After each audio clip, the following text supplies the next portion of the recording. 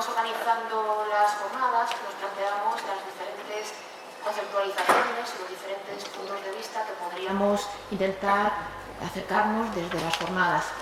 Nos planteábamos la posibilidad de trabajar desde una perspectiva histórica, nos planteábamos la posibilidad de acercarnos desde una perspectiva más cultural y valorábamos que desde la perspectiva histórica podríamos acercarnos precisamente a ver esa evolución que ha tenido los conceptos o las vivencias de transexualidad o de transexualidades a lo largo de la historia, quizá para evitar esa idea que se propagó de alguna manera con aquella película La chica danesa, que la vendían como la película sobre la primera mujer transexual, cosa que era bastante curiosa que lo vendieran de esa forma. Luego ya empezaron a añadir la primera cirugía, empezaron a matizarla. No es la intención abordar la perspectiva histórica, pero sí nos parece interesante que la tengamos en cuenta. La otra visión que nos planteábamos antes de llegar a este punto, como os decía, es la visión cultural, la visión desde la antropología, partiendo de esas diferentes formas de concebir el género, las diferentes formas de concebir la sexualidad en las diversas culturas de las que hay registro constatado sobre cómo se conceptualizaba precisamente o cómo se vivenciaba en las sociedades, tales como los dos espíritus en Norteamérica, los Hijras en la India o los Piegan en Canadá. Sin embargo, como queríamos acercarnos a nuestra realidad más concreta y queríamos trabajar en estas primeras jornadas lo que ocurre en Castilla y León y lo que ocurre en España, pues hemos optado por trabajar los dos ámbitos de los que habéis visto en las carpetas que hemos tratado de concretar, es decir, vamos a trabajar desde la perspectiva de la sexología y desde la perspectiva de la psicología. Para ello, como sabéis, contamos por una parte con Carla Sanchís. No os voy a leer todo el currículum o la reseña que viene aquí porque la tenéis, pero sí que vamos a recordar precisamente que es doctora en psicología por la Universitat Jaume I, impartiendo la asignatura de psicobiología del desarrollo y de la conducta sexual. Su investigación en los últimos tiempos se ha centrado en las interacciones del sexo y el género en diferentes ámbitos del desarrollo y la salud, nada más apropiado para la mesa que vamos a abordar hoy.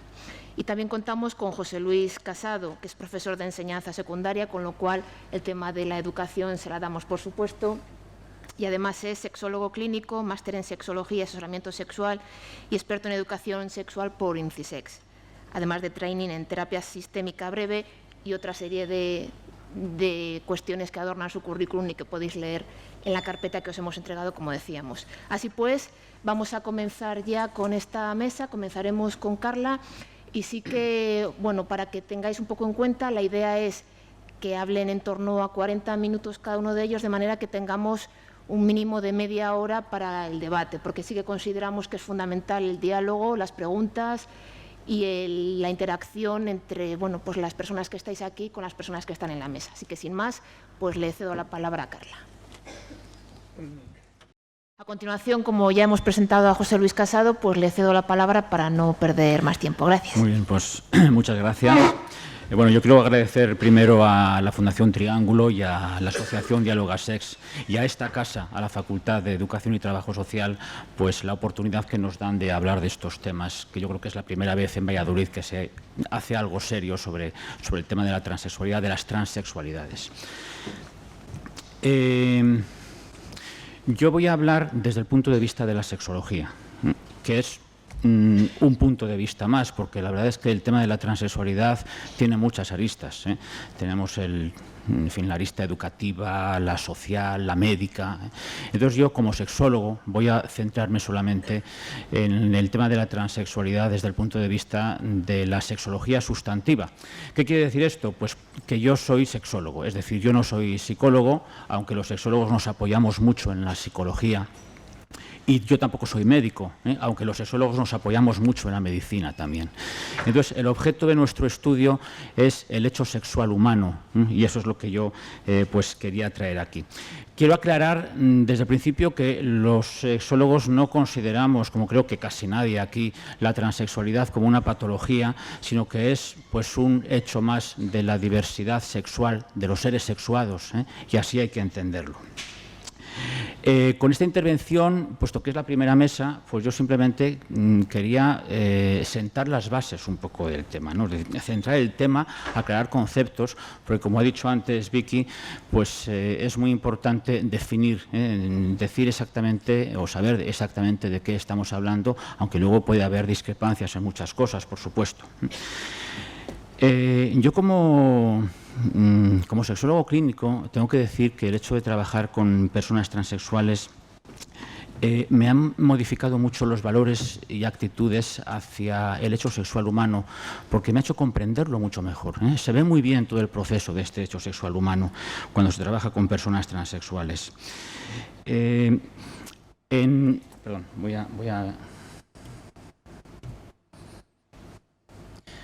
sexología sustantiva hay un hecho fundamental que es el tema de la sexuación.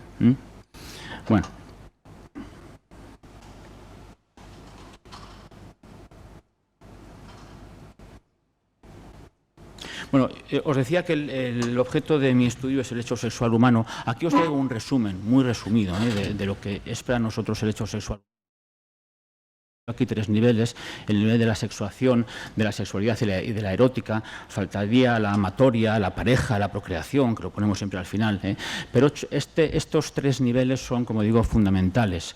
Como sabéis, somos seres sexuados, no podemos no ser sexuados. Somos fruto de un proceso que nos hace ser hombres y mujeres.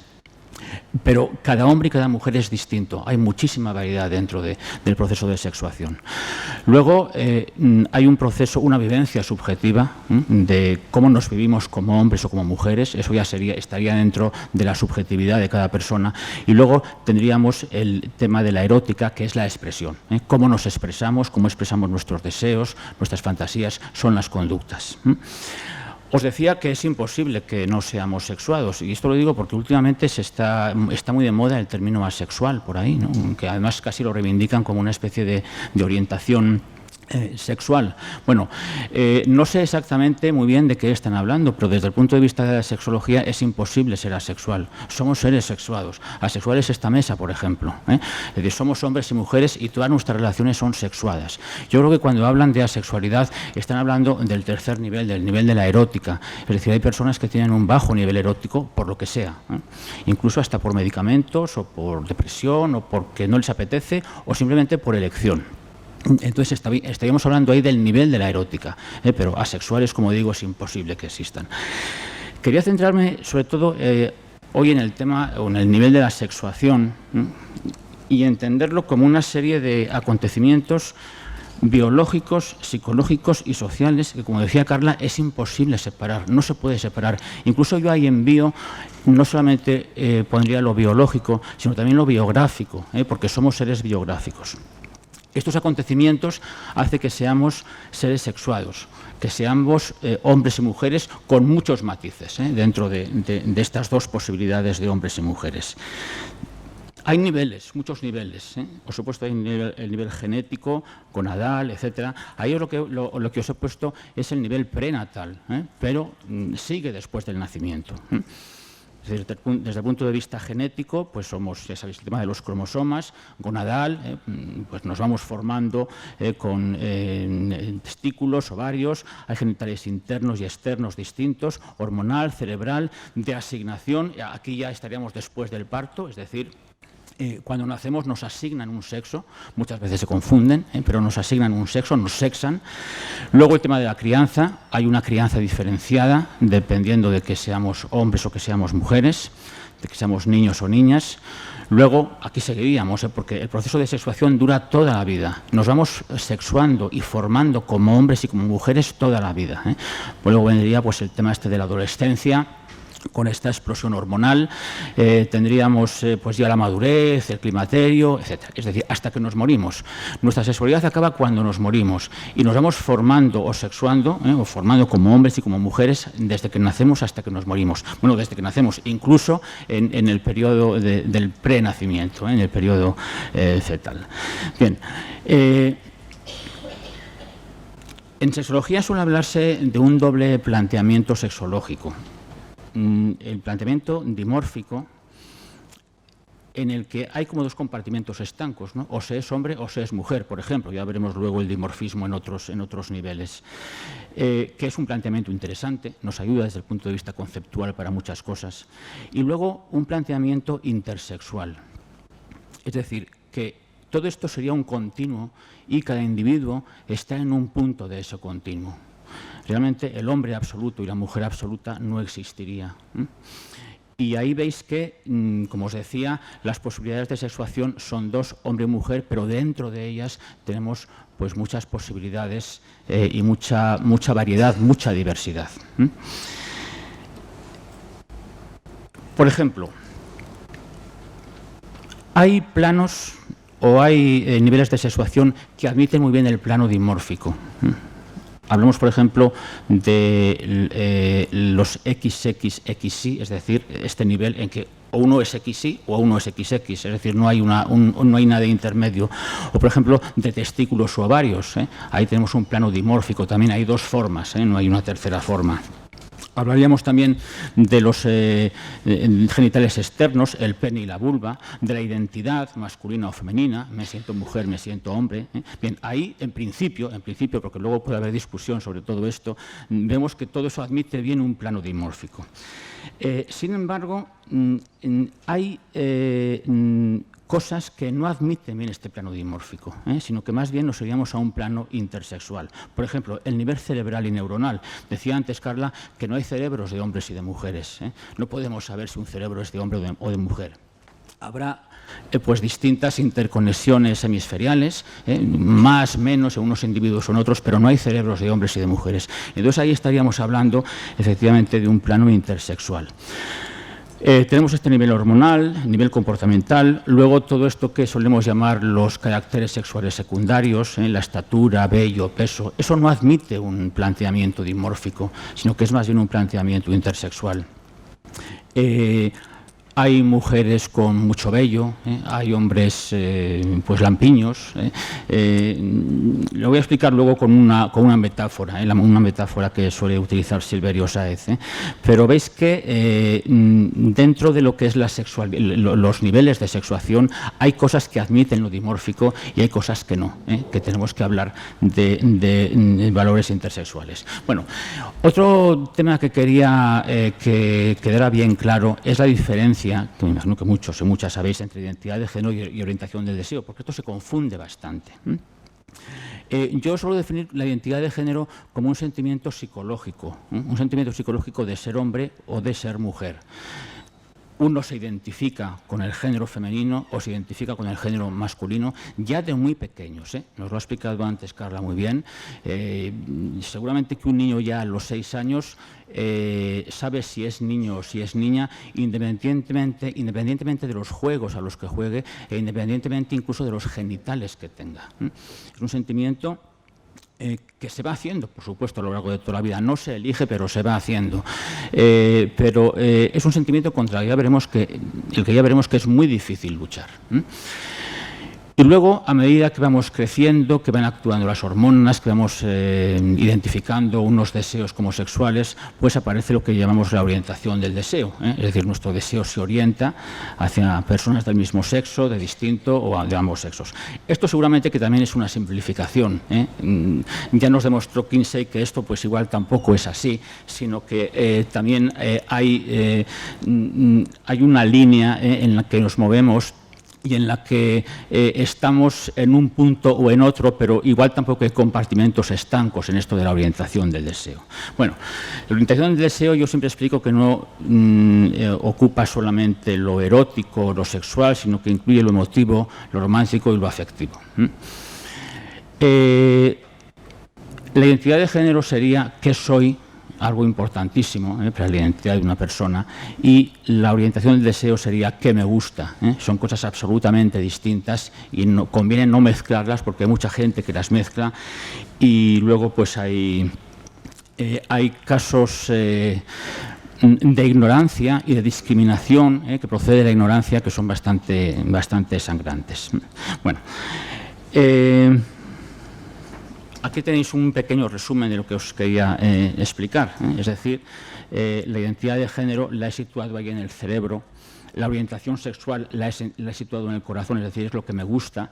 Y luego tendríamos el sexo biológico, que es, digamos, que lo que tenemos entre las piernas, para simplificar un poco, ¿no?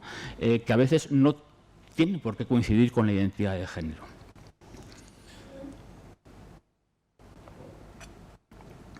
Daos cuenta además que la identidad de género, cuando hablamos de la identidad de género podemos meter aquí, ya hablaremos de la transexualidad.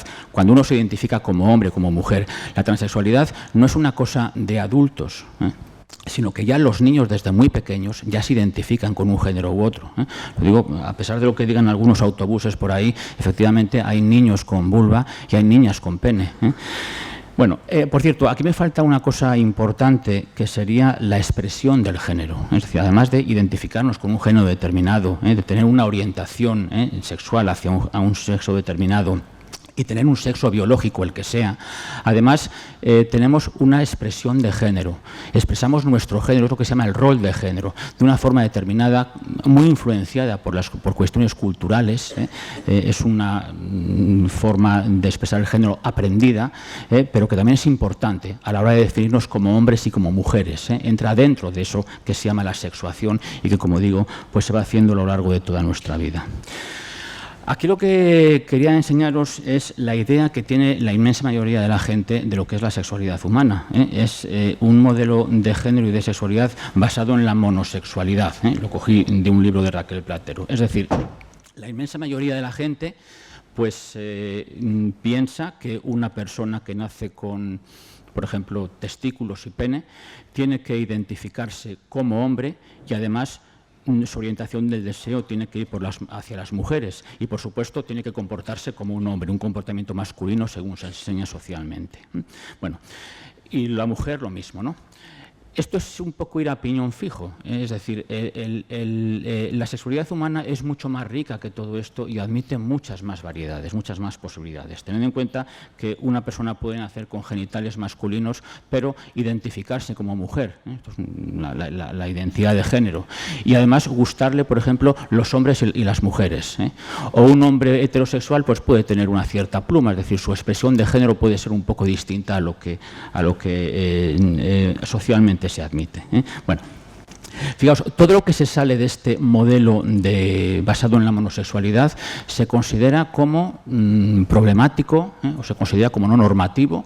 Esa es la influencia, en fin, moral de un modelo de sexualidad reproductiva, que todo lo que no vaya dirigido a la reproducción pues se considera problemático o no normativo.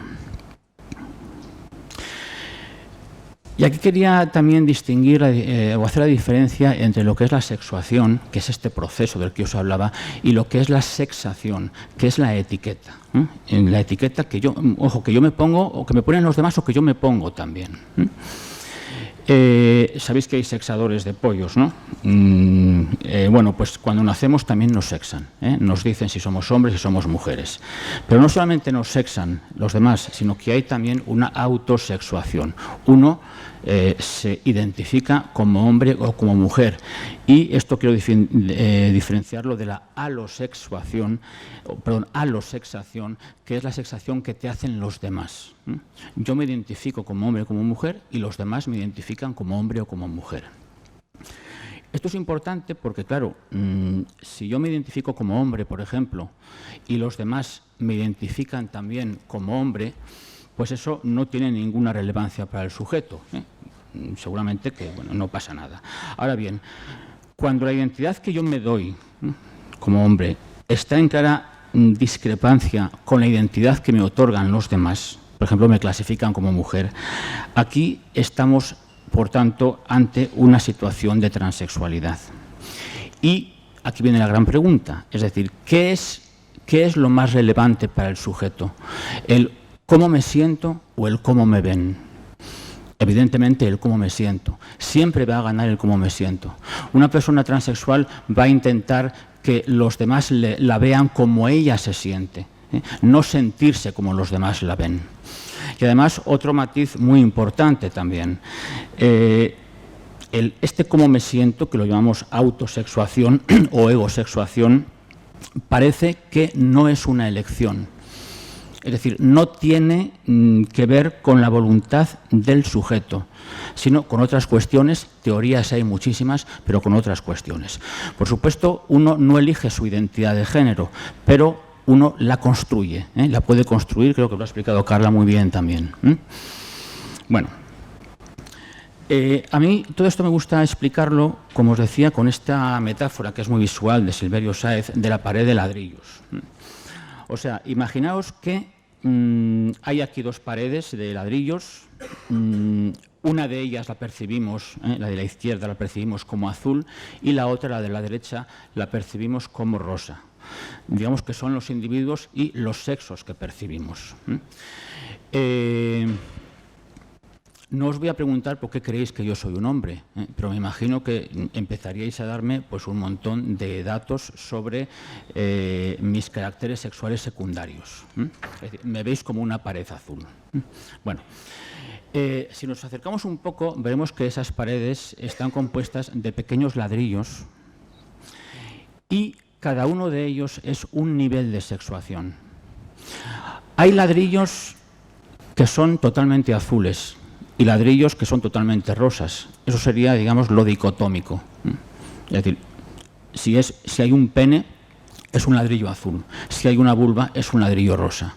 Pero si nos acercamos más, veremos que hay ladrillos que tienen una variedad de tonos muy grande que va desde el rosa al azul, pasando por el añil, etcétera, etcétera. Eso sería lo intersexual. Es decir, hay ladrillos intersexuados o transexuados en todos los individuos y es lo que hace que la biografía, estos ladrillos intersexuados, es lo que hace que la biografía sexuada de cada individuo sea totalmente distinta. Cada uno tiene una pared distinta. Esos ladrillos intersexuados o transexuados serían, pues lo que os he dicho antes, todos esos niveles intersexuales del vello, el nivel cerebral, hormonal, etcétera, etcétera, y del comportamiento. Claro, nosotros, si vemos que predomina el color azul, redondeamos y decimos azul, y si vemos que predomina el color rosa, redondeamos y decimos rosa. Pero, como digo, si nos acercamos más, veis esta flecha de abajo, en realidad, como os decía antes, los hombres azules completos no existen y las mujeres tampoco, sino que cada individuo está en un punto de esa línea. Y hay un ladrillo que a mí me interesa mucho, que es el ladrillo de la autosexuación, que es un ladrillo que tiene valor absoluto para la percepción de uno mismo. La mayoría de las veces la autosexuación tiene el mismo tono de la pared, pero puede ocurrir que no. Puede ocurrir que la pared sea predominantemente azul, pero el ladrillo de la autosexuación sea rosa, con lo cual los individuos que me ven desde fuera pues van a entender que yo soy un hombre porque ven una pared azul, pero yo me voy a percibir a mí mismo como una mujer. Aquí estaríamos, como digo, ante un caso de de transexualidad. Esto es lo que entendemos por transexualidad. ¿Por qué ocurre el que haya algún ladrillo de autosexuación de un color distinto al que predomina en la pared? Pues no lo sabemos. Siento deciros que no tenemos las causas de la transexualidad. Hay teorías para todos los gustos, teorías de todos los tipos. Hay una, por ejemplo, de Luis Gohoren, que es un endocrino holandés, que dice que esto tiene que ver con la hormonación del cerebro en periodos prenatales o de ciertas partes del cerebro en el periodo prenatal.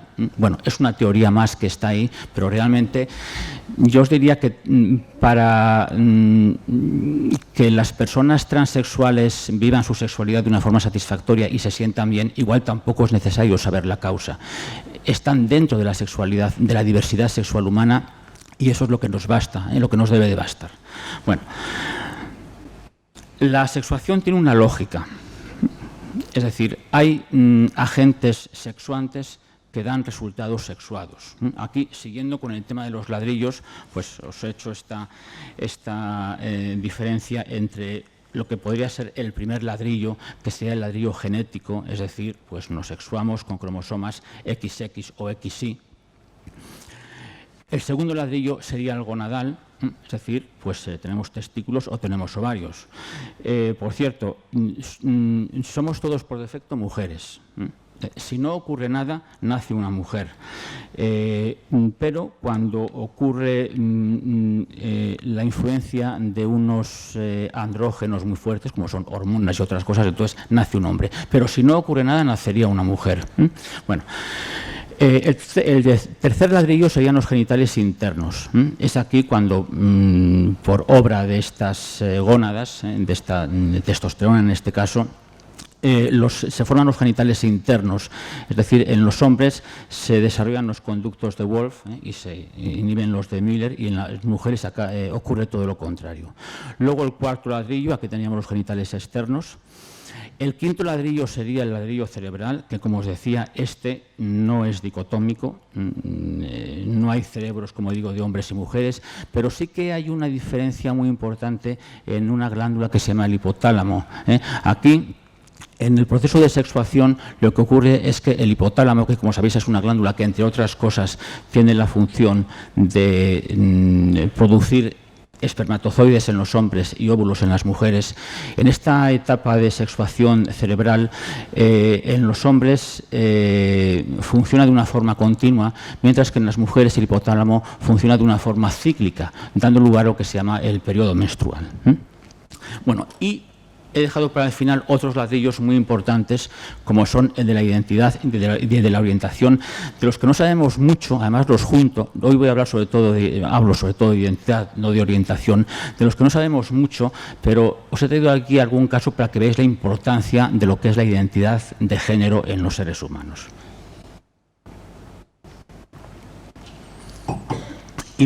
Es un experimento, digamos, natural, aunque acabó mal, que es el experimento este del gemelo judío, ¿no? Un chico llamado David Reimer, que era un gemelo monocigótico, es decir, tenía la misma carga genética que su hermano, y cuando nació, al practicarle la circuncisión, digamos que se les fue la mano y le cauterizaron el pene, se necrosó, se desprendió, y este chico pues se quedó sin pene.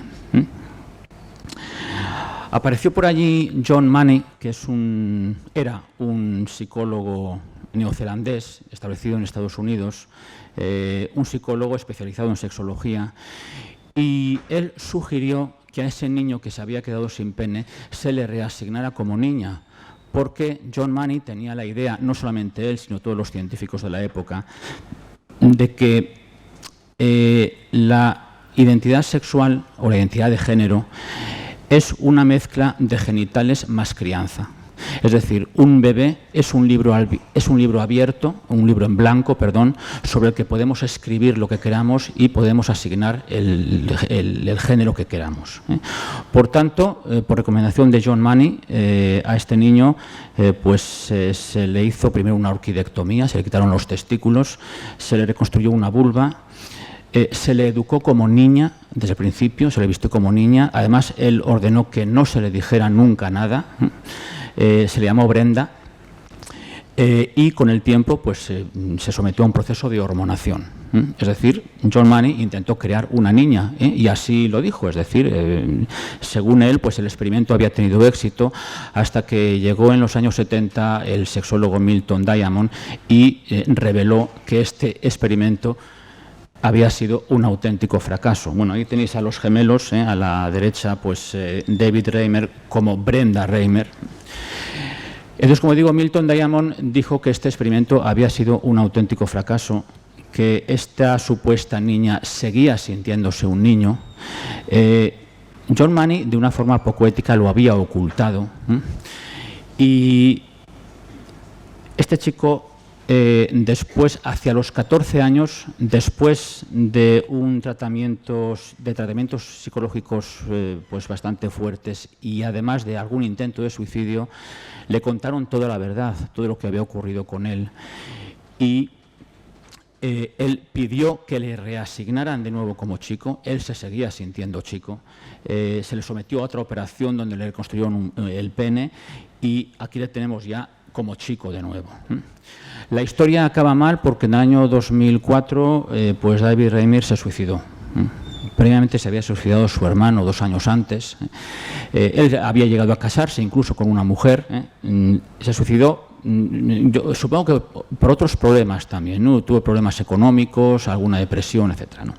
Bien, ¿qué nos muestra este caso del gemelo judío?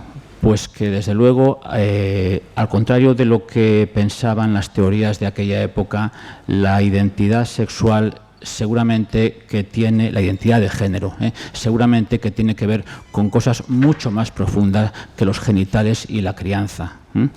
Bueno, vino a darle razón a aquellos que decían que seguramente pues es una influencia de las hormonas en el periodo prenatal, pero desde luego es una categoría psicológica muy fuerte que no se puede cambiar, no se puede modificar. También esto dio pie a que la Sociedad de Intersexuales de los Estados Unidos pues dijera que no se deben cambiar los genitales a los niños, porque podemos estar haciendo mutilaciones de las que luego nos podemos arrepentir. Hay otro caso que es el de lo que se ha llamado los huevo 12, y claro, aquí tenemos que irnos a la República Dominicana. Hay una población, sobre todo en las zonas rurales, a los que les falta una enzima llamada la 5-alfa reductasa. Esto, para que lo entendáis, voy un poco aquí a los ladrillos. La 5-alfa reductasa es una enzima necesaria para que se forme el cuarto ladrillo, es decir, los genitales externos. Los genitales externos no se forman por acción de la testosterona, sino de otra hormona llamada dehidrotestosterona, DHT. Y para que ese DHT surja, tiene que haber una enzima llamada 5-alfa reductasa. Bueno, pues en la República Dominicana hay una población que les falta esta enzima, la 5-alfa reductasa. Y entonces ocurre una cosa muy curiosa. Ellos son genéticamente hombres, XY, en el primer ladrillo. El segundo ladrillo, tienen testículos. El tercer ladrillo, sus genitales internos son masculinos. Pero en el cuarto ladrillo lo que ocurre es que no se desarrollan los genitales externos, con lo cual nacen con vulva. Y todo el mundo se piensa que son niñas. Y se les educa como niñas. Tened en cuenta que estamos hablando además de la República Dominicana y no, bueno, pues en el ámbito rural, quiero decir, de la República Dominicana no se hacen amniocentesis para saber si realmente es niño o niña. Entonces son tomadas por niñas y educadas como niñas. Además, una educación sin fisuras, porque allí pues, las niñas están en casa, hacen tareas de niñas y demás, ¿no? Bueno, pues cuando llega más o menos los 12 años, la preadolescencia, por obra de las hormonas, empiezan a pasar una serie de cosas, y es que empiezan a desarrollar caracteres sexuales secundarios masculinos, les empieza a salir vello, nuez, la voz les empieza a cambiar, y además les bajan los testículos que los tenían alojados inguinalmente, les bajan a lo que se creía que eran los labios mayores y resulta que era el escroto. Se llaman los huevo 12 porque a los 12 años les bajan los huevos. Y de ahí lo de huevo 12. Bueno, ¿qué creéis que les ocurre a estos niños cuando les pasa eso? ¿Cómo reaccionan estos niños cuando les pasa eso? ¿Como una especie de trauma y demás? No, es una auténtica liberación. Yo os diría que es el sueño de todo transexual. De repente a los 12 años llega la naturaleza y les da la razón, y les dice, sí, eres un niño. Y daos cuenta de que ellos han tenido, como os decía antes, una educación femenina sin fisuras. Y han creído tener unos genitales externos femeninos. Pero aún así, ellos no se sienten niñas, se sienten niños. Es otro caso en los que, bueno, pues viene a demostrarnos, se nos viene a demostrar que la identidad de género es una categoría psicológica muy fuerte que, desde luego, nada tiene que ver con los genitales y nada tiene que ver con la crianza. Bueno, estoy hablando mucho de términos médicos, y es que en la sociedad occidental la transexualidad es una construcción de la medicina, sobre todo americana, de los años 50. Es decir, es una categoría nosológica, es una enfermedad. Os he puesto ahí algún hito dentro de lo que es la historia de la sexualidad, de la sexología. En primer lugar, la psicopatía sexualis del psiquiatra alemán Krafft Ebing, esto es de finales del siglo XIX. Este es un libro en que ya se empieza a patologizar muchas conductas sexuales. Es un libro escrito sobre todo para profesionales, para jueces, para médicos, y por eso estaba escrito de una forma pues un poco críptica, un poco complicada, para que no la leyera el resto de la gente. Incluso había, fijaos, hasta fragmentos en latín. E incluso el título es un cultismo, ¿no? Psicopatología sexualis. Aún así tuvo mucho éxito. Y ahí Krafft-Ebing empieza a hablar de todas las perversiones sexuales. Ahí se empiezan a clasificar lo que él llamaba las perversiones sexuales, lo que Foucault llamaba la psiquiatrización de lo perverso. Krafft-Ebing tenía la idea de que la sexualidad es exclusivamente para la reproducción y todo lo que se apartara de ahí era una perversión. Incluso, fijaos, llegó incluso a decir que la violación es un acto execrable, pero no es una perversión, porque de una violación una mujer se puede quedar embarazada. Luego, ¿qué más natural, no? Bueno, esto es la psicopatía sexualis de Ebing. Luego llegó Harry Benjamin, que es un endocrino americano, al que Alfred Kinsey le presentó a un chico americano que quería ser chica, decía ser chica. La madre lo había mandado para ver si, en fin, le aliviaba de esta preocupación que tenía. Y entonces Harry Benjamin empezó a ver que no era un caso de travestismo como se creía en la época, sino que había algo más por ahí. Lo que hizo fue empezar a suministrarle estrógenos, con lo cual pues el chico tuvo un gran alivio, y ahí Harry Benjamin empezó a hilar un poco y a estudiar qué es esto de la transexualidad, de la identidad de género y demás, ¿no? Y al principio se le llamó síndrome de Harry Benjamin, pero luego el propio Benjamin ya le puso el nombre de transexualidad, lo llamó transexualidad. Ha habido corrientes despatologizadoras. No voy a hablar aquí de todos estos personajes. Me interesa hablar del último, sobre todo, de Gregorio Marañón, por lo que nos toca de cerca, ¿no? Es el fundador de la endocrinología en España. No solamente es un endocrinólogo, sino que fue un historiador, pensador, es decir, abarcó muchos ámbitos, y además tuvo una consulta de sexología.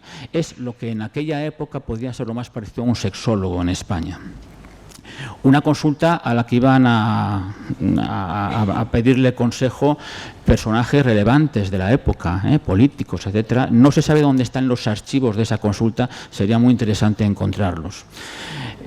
Marañón en el año 36 tuvo que exiliarse por la guerra civil y volvió en los años 40. Lo que pasa es que ya el ambiente del franquismo seguramente que no estaba para hablar de sexología y se dedicó a hablar de otras cosas. Siguió escribiendo algún artículo de sexología, pero en francés.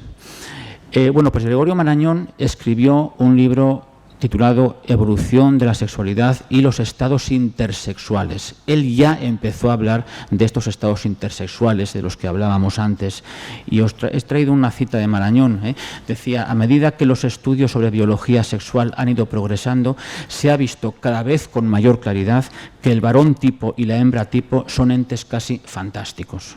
Apenas hay ser humano cuyo sexo no esté empañado por la sombra de la duda.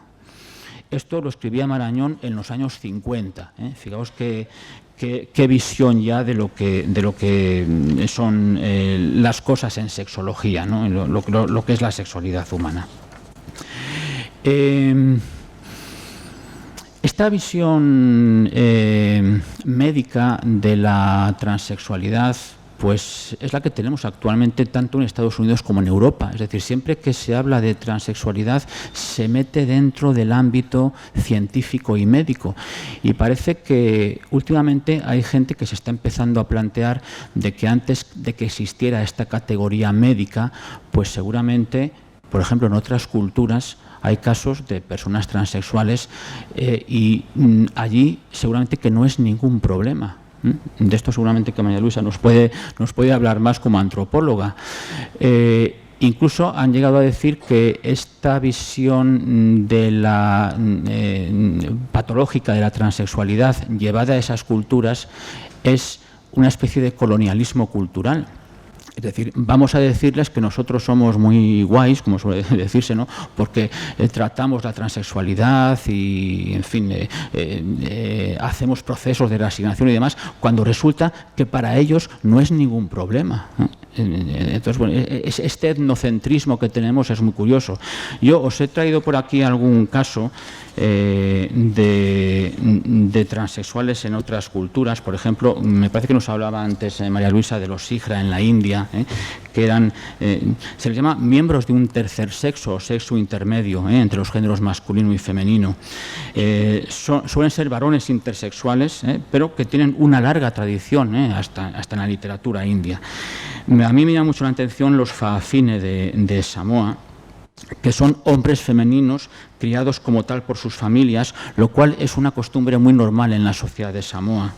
Es decir, las ideas sobre la sexualidad y la familia en Samoa, en la Polinesia, son muy diferentes. Por ejemplo, es muy complicado atribuir pues estas etiquetas que ponemos nosotros de gay, homosexual o lesbiana, sino que ellos tienen unas vidas sexuales muy variadas. Se relacionan con otros faafine, se relacionan con hombres, se relacionan con mujeres, se dan, por ejemplo, matrimonios de faafines con mujeres tradicionalmente y hacen los faafines hacen las tareas domésticas en las casas y son muy reconocidos en la sociedad polinesia por su trabajo y por su dedicación a la familia. Incluso han tomado una parte muy importante en el desarrollo contemporáneo de las artes en Oceanía.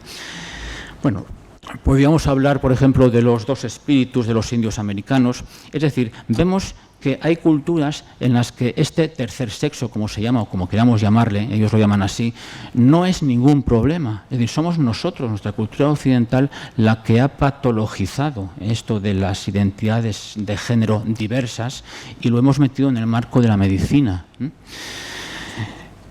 La mirada antropológica es muy interesante y es otra de las aristas que podríamos abordar si tuviéramos tiempo en unas jornadas como estas. Bueno, no voy a hablar del proceso de transexualización porque eso me parece que van a hablar en la mesa siguiente, pero hoy, precisamente a causa de esta patologización de la transexualidad, pues una persona transexual tiene que pasar por un sinfín de pasos, de torturas, es decir, de escucha psicológica, pruebas médicas, pruebas psiquiátricas, hasta que al final tiene que llegar a un informe diagnóstico de disforia de género donde le dicen efectivamente eres transexual, cuando esa persona ya lo sabía perfectamente que es transexual. O sea, es como si yo voy al médico y le digo me duele la rodilla y entonces me dice, bueno, vamos a comprobar si te duele la rodilla. Y después de un montón de pruebas me dice, efectivamente te duele la rodilla. Digo, sí, yo ya lo sabía, ¿no? Entonces, bueno, por todo ese proceso tienen que pasar. Las personas transexuales muchas veces todo el sufrimiento que llevan es precisamente producto de esa patologización que hemos hecho en nuestra cultura occidental. Bueno, luego viene el proceso de hormonación, no digamos nada del cambio de nombre y sexo legales, porque vamos dejando rastro legal y documentos por todas partes y allí ellos necesitan atención jurídica y legal, y luego por los que quieren hacerse cirugías mayores de reasignación de sexo, esto ya pues es otra cuestión complicada también, ¿no? Me imagino que en la mesa siguiente van a hablar de todo esto, por eso no me quiero detener demasiado. Y quería llegar a las etiquetas, de las que hablaba también Carla. Bueno, yo ahí os he puesto 4, hay muchísimas, las habéis visto ahí en la diapositiva que nos ponía Carla, hay muchísimas. Las etiquetas yo creo que a ver, son importantes porque necesitamos saber quiénes somos. Para nuestra identidad personal yo necesito saber quién soy. Lo que ocurre es que muchas veces las etiquetas nos dan una idea de una realidad que luego, si vamos un poco más por debajo, no existe. Y las etiquetas muchas veces nos limitan. Yo creo que somos seres que nos estamos construyendo, constantemente estamos en construcción, y pretender identificarme del todo con una etiqueta igual no es muy real. Pero el caso es que hay etiquetas, y como en esta ponencia pues quería hablar sobre todo de definir algunas cosas importantes, puesto que es la primera mesa, pues quería hablar de algunas de estas etiquetas. Esto lo ha explicado antes Carla mucho mejor, de una forma mucho más exhaustiva, y yo aquí veis que he diferenciado entre cis, trans e inter. Bueno, la diferencia entre cis y trans como suele decirse, nihil novum sub sole, o sea, no hay nada nuevo bajo el sol. Los que habéis estudiado algo de latín sabéis que los romanos dividían la Galia en transalpina y cisalpina, es decir, la que está más allá de los Alpes y más acá de los Alpes, ¿no? Entonces, se han utilizado estas preposiciones latinas para a lo trans contraponer lo cis. Entonces, cisexual sería una persona cuya identidad de género es concordante con su sexo biológico. Bien, transexual sería una persona cuya identidad de género no es concordante con su sexo biológico. Aquí solemos diferenciar entre transexual y transgénero. Se suele decir, de una forma muy simplificada, que un transexual es un trans que se ha operado, que ha hecho una reasignación de sexo. Podríamos hablar de transgenitalización, mientras que un transgénero, se suele decir, como digo, es un trans que no se ha operado. Lo que pasa es que yo creo que la palabra transgénero se usa de una forma mucho más amplia. Por ejemplo, en la cultura sajona y en ciertos países de América Latina, transgénero es pues, una persona que no solamente que no se haya operado, sino, por ejemplo, que no ha intervenido para nada en su cuerpo, ni siquiera se ha hormonado. Hay gente que dice, pues yo soy una mujer con pene y ya está. Transgénero también, aquí se mete dentro de la cultura sajona todo lo que está un poco al margen de lo que es la sexualidad normativa. Los queer, drag, etcétera, etcétera. Es decir, todo eso que difiere de lo que es la sexualidad normativa. En todo este saco iría lo de transgénero. Mientras que transexual sería lo que llamaríamos transgenital. Y luego está el intersexual. Aquí ya hablaríamos de personas que nacen con genitales o gónadas intersexuados. Es decir, este nivel que en principio decíamos que era dicotómico, es decir, o es una cosa u otra, pues resulta que también puede ser intersexuado. Bueno, os he puesto tres cosas o tres categorías intersexuales que son de las más comunes, pero hay muchísimas más. Seguramente que el más común es el síndrome de Morris, que se llama insensibilidad a los andrógenos. Es decir, personas que tienen la apariencia femenina, pero resulta que genéticamente son hombres. Bueno, la hiperplasia suprarrenal congénita, el síndrome de la 5-alfa reductasa del que os hablaba antes, cuando os hablaba de los huevos 12, etc. Veis que lo intersexual tiene una base física, como os digo abajo, mientras que lo transexual tiene que ver con la identidad y es más bien una categoría psicológica, muy importante también, ¿no? Y sabéis que los movimientos de diversidad actual meten también la intersexualidad, son LGBTI, es decir, lesbianas, gays, bisexuales, transexuales e intersexuales. Y hay asociaciones importantes de intersexuales. Bien, ¿qué podemos ofrecer? Voy a ir acabando. ¿Qué podemos ofrecer los sexólogos a las personas transexuales? Bueno, pues nuestra intervención es, yo creo que para mí se basa en tres ejes principales. Primero, una labor informativa, es decir, que ellos entiendan las particularidades de su sexuación, que se entiendan a sí mismos como seres sexuados, como seres sexuales y como seres eróticos, como seres que tienen una erótica. Esto hay que explicárselo bien. Luego, por supuesto, los sexólogos tenemos que ofrecerles un apoyo y un seguimiento. Es decir, tenemos que facilitarles el tránsito en ese proceso. Tenemos que ayudarles frente a un montón de adversidades que se van a encontrar y os aseguro que van a ser muchísimas. Tenemos que saber practicar una derivación correcta con ellos. Y muy importante, tenemos que trabajar con las familias, porque yo, por ejemplo, en mi consulta trabajamos con niños transexuales, con niños y niñas transexuales, y muchas veces con quien hay que intervenir realmente es con las familias, porque ellos lo tienen bastante claro. Tened en cuenta, os he dicho antes que la transexualidad, o sea, la identidad de género, comienza pues a los 5 o 6 años o incluso antes. Es decir, comienza cuando los niños aprenden ya a hablar y ellos saben expresar lo que les pasa, porque esto comienza con el lenguaje también y lo tienen bastante claro, no tienen los prejuicios que los vamos a meter luego. Entonces, muchas veces hay que trabajar con las familias, mucho con las familias, y hay que hacer un seguimiento de todo el proceso. Y por último, una cosa muy importante que podemos ofrecer los sexólogos a las personas transexuales es ayudarles en su crecimiento erótico. Es decir, trabajar la erótica, que es el tercer nivel que veíamos al principio. Es decir, una vez que ellos han entendido e integrado su sexualidad, pues deben activar en lo posible su peculiar erótica. Es decir, que cada uno pues se sienta a gusto con su erótica y que ésta sea fuente de placer y bienestar. Eso es uno de los objetivos que los sexólogos pues, consideramos como muy importantes en nuestra intervención. Bueno, y por último, para acabar ya, para dejaros paso a vosotros, algunas conclusiones que quería sacar. Y es que la sexología propone un modelo integrador de cómo, esto que decíamos antes, que decía Silverio Sáez, de los ladrillos, de cómo se colorean los ladrillos, de cómo funcionan esos mecanismos que nos llevan a ser hombres y ser mujeres. Que como veíamos, todos y todas tenemos algún que otro nivel transexuado en nuestro proceso de sexuación, y así hay que entender el proceso de sexuación, que la diversidad es más sencillo entenderla como la norma. A mí cuando me preguntan qué es lo normal en sexo, yo digo que lo normal es la diversidad, los seres sexuados somos diversos. Es decir, no, la diversidad no son desviaciones de esas dos formas propuestas por el modelo dimórfico, sino que es lo normal de los seres sexuados. Que, como os decía antes, no tenemos ninguna explicación causal de la transexualidad, pero esto es irrelevante para saber mejorar la vida de las personas trans y de sus familias, y que la clave de todo es la autoaceptación y la felicidad de todos los seres sexuados.